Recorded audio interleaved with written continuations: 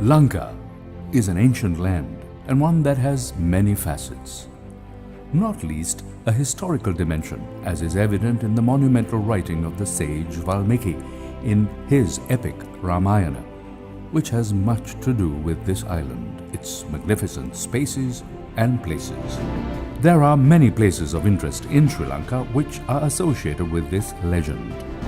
It is also said that there are 50 sites in Lanka scattered over the length and breadth of the island that are associated with the Ramayana.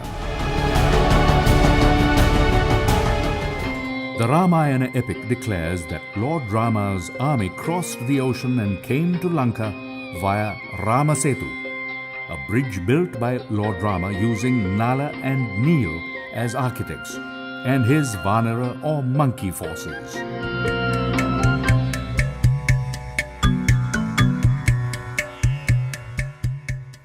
It is believed that the city of Lankapura once stood in these jungles.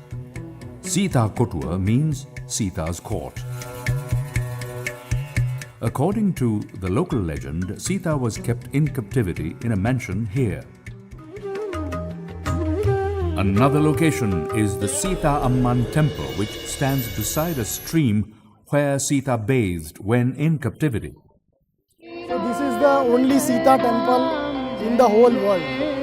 So anyone who is believing in Ramayana should come over here and pray for themselves and their family. King Ravana's son Indrajit is said to have petitioned God Shiva with acts of penance and puja in order to receive superhuman powers. These acts of devotion were performed here in Gayatri Peedam. It is believed that Hanumanji was searching for Sita from across these hills of Rambuda.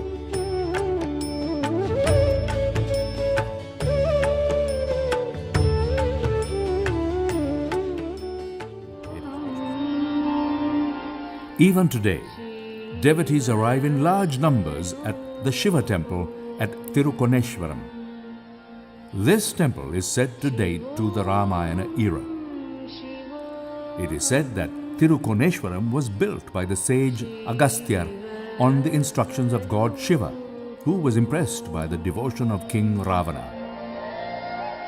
We believe that Kanya is the place where King Ravana carried out the last rites for his mother. When he was not able to find water to perform his rites, the anguished monarch pierced the ground with his trident 7 times, and water began gushing out. The legend says that the heat of his anger influenced the temperature of the water in these 7 wells, which, during the decisive war, both Lord Rama and Lakshmana, his trusted lieutenant, were rendered unconscious. In order to resuscitate them, Hanumanji was instructed to fetch the life-saving herbs Sanjeevani from the Himalayan range. Hanumanji was supposed to have been unable to locate the specific herb and opted to lift part of the Himalayan massif and hurl it over here, and it landed in 5 places in Sri Lanka. Rumasala in Gaul is one of them. Curiously, many of the plants found in Rumasala are of Himalayan origin and remain untraceable anywhere else in Sri Lanka. Believed Devundara hosted an ancient Shiva temple called Chandrasegareshwaram, later destroyed by the Portuguese in the 16th century.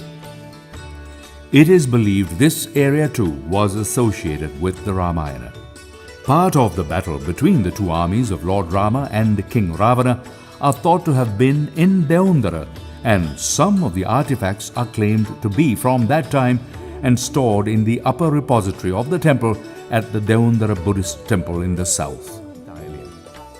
After the victory over King Ravana, Lord Ram is said to have entertained doubts as to whether he should return home with his consort and decided to submit her to the Agni test. A pyre was built and Sita was eager to prove her innocence and virtue by agreeing to the test by fire. The fire deity Agni is said to have intervened and delivered Sita unharmed. This marked a validation of an oath of purity. Following victory in battle, Lord Ram is said to have travelled using an airborne craft belonging to the vanquished King Ravana and arrived at Muneswaram on his way back to Ayodhya. This temple is located on the northwest coast of Sri Lanka. Lord Ram appealed to God Shiva, who was the guardian deity at Muneswaram, to relieve him of the pain of heart and the fear that he was being followed by a nemesis. Tiruketiswaram is another ancient Shiva temple that dates to the Ramayana era and is very popular among devotees even today. Here the belief is that Lord Rama prayed to God Shiva to be rid of the Brahmahasti dosha after killing King Ravana. That there has been much that has been exchanged, and the confluence of those traditions only illuminate the relationship the two nations and their people have enjoyed over the ages. Establishing and building on those relationships is for the benefit of all, and how wonderful to be able to visit and comprehend for oneself the evidence of Lanka's past with the present continent of India.